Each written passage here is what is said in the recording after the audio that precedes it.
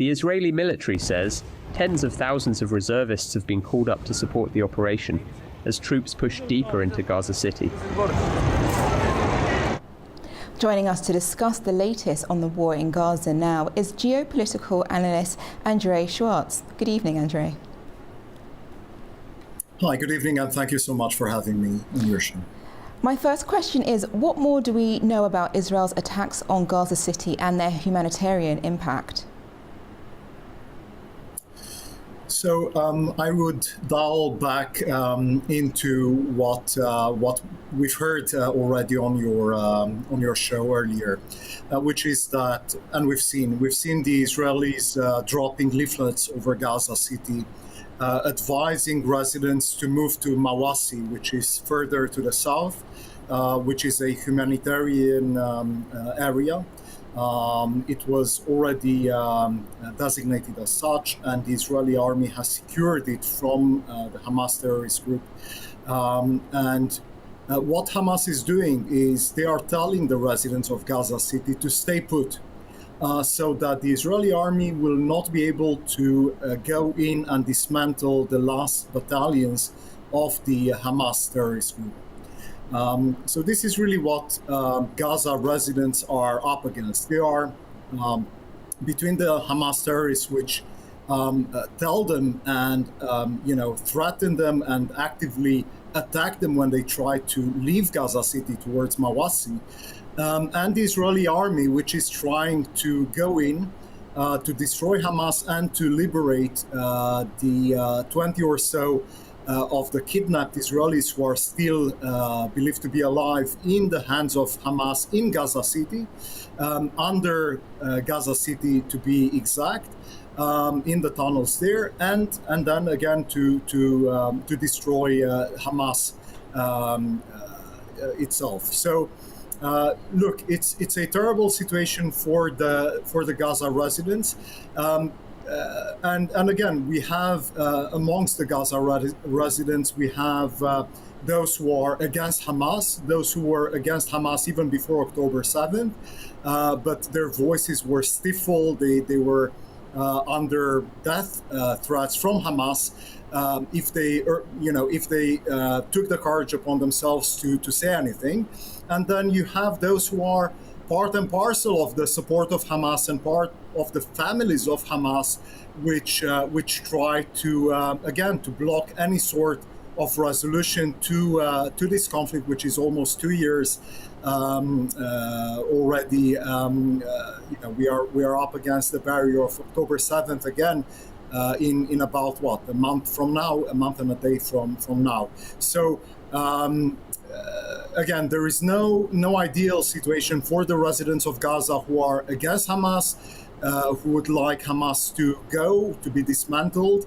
There is no easy way also for the Israeli army to act in a way which will safeguard those who are still alive in the hands of Hamas under Gaza, and also not to harm civilians in Gaza.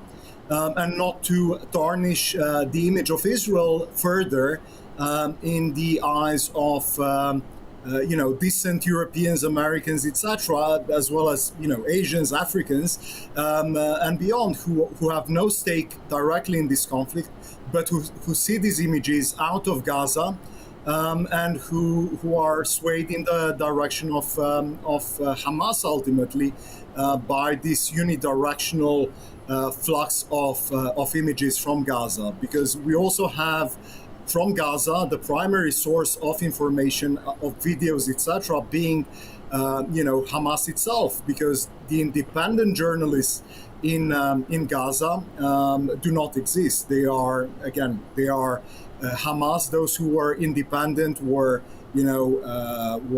beaten severely, some of them killed. I'm talking about the Palestinians from Gaza who were independent of Hamas, who were reporting from their images which Hamas did not agree with. And that's the primary source of information and of images. So for anyone from the BBC to AZ News, that's really the situation there. The Israelis themselves were accused of not letting in journalists from other countries in there. But the risk there would have been that they would be used again as human shields, as hostages, and or be taken into the tunnels and used as, as the Israelis were, as bargaining chips for Hamas. And Mr. Schwartz, so next week, the 9th of September, is the key date where a number of European countries, as well as Canada, Australia and others, will recognise Palestine as its own state. Will that have an impact on Israel's campaign to take over Gaza City, or will this hinder their efforts?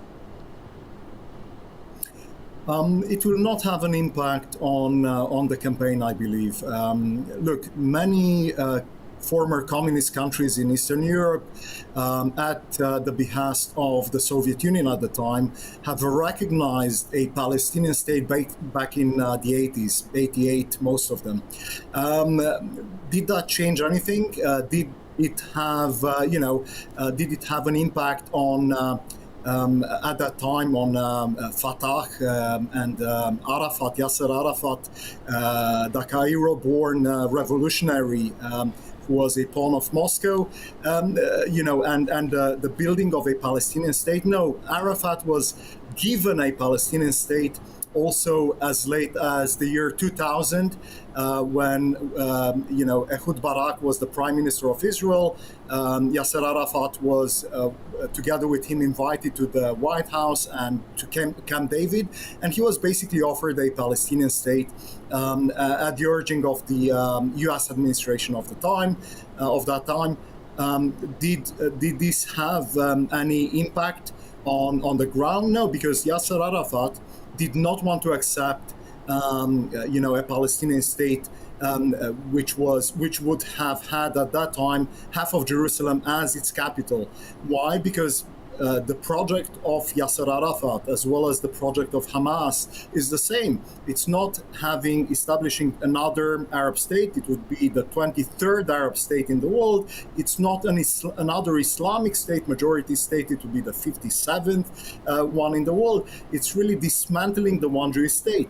So, will this have an impact? No, it won't have an impact. Will it stop the Israeli army from going in and trying to, save the 20 or so Israeli hostages, plus recover the bodies of the 30 or so Israelis and others whose bodies are under in the tunnels under Gaza City?